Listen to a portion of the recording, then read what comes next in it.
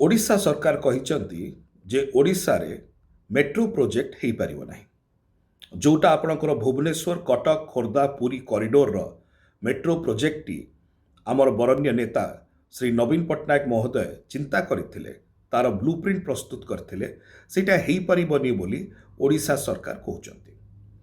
जदि सतरे ओडिशा रे भारतीय जनता पार्टी रो डबल इंजिन सरकार अछि ताले डबल इंजिन सरकार चाहिले हेई परिबो एटा ओडिशा सरकार ओडिशावासी को जणाऊ नाहांती।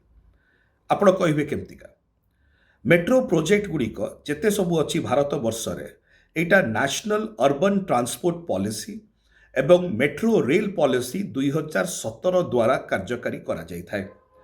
किछि गुड़िक राज्य सरकार का माध्यम रे हुए, किछि गुड़िक केंद्र सरकार एवं किछि गुड़िक राज्य एवं केंद्रर जुग्म सहायता रे ही थाए। मु गोटे चिठी लिखिछि माननीय केंद्र मंत्री श्री मनोहर लाल को। माननीय केंद्र मंत्री Shri Manohar Lal होउचंती housing and urban affairs रो केंद्र मंत्री एवं तांको अधीन रे मेट्रो प्रोजेक्ट गुड़िक आसे ए देशर।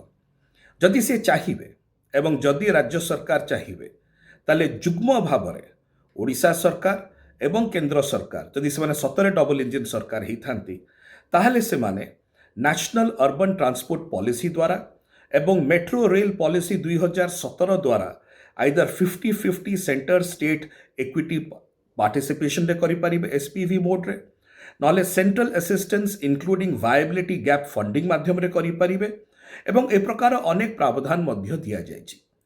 मोर एति कहिबार होछि ओडिशार भारतीय जनता पार्टी सरकार को आपण जदि सतरे डबल इंजिन रो सरकार केंद्र सरकार सहित कथा हुंतु। ए चिठीटी जोटा मु लिखिछि एतिरे तमाम डिटेल्स मध्य दिया जायछि क्यों पॉलिसी माध्यम रे मेट्रो प्रोजेक्ट हेई परिबो आपण तुरंत ताकू कार्यकारी करांतु एवं ओडिशावासी जो अपेक्षा करुथिले मेट्रो प्रोजेक्ट को जोटा को श्री नवीन पट्टनायक महोदय कार्यकारी आरंभ करथिले सेटा को ओडिशा रे रूपायन करांतु।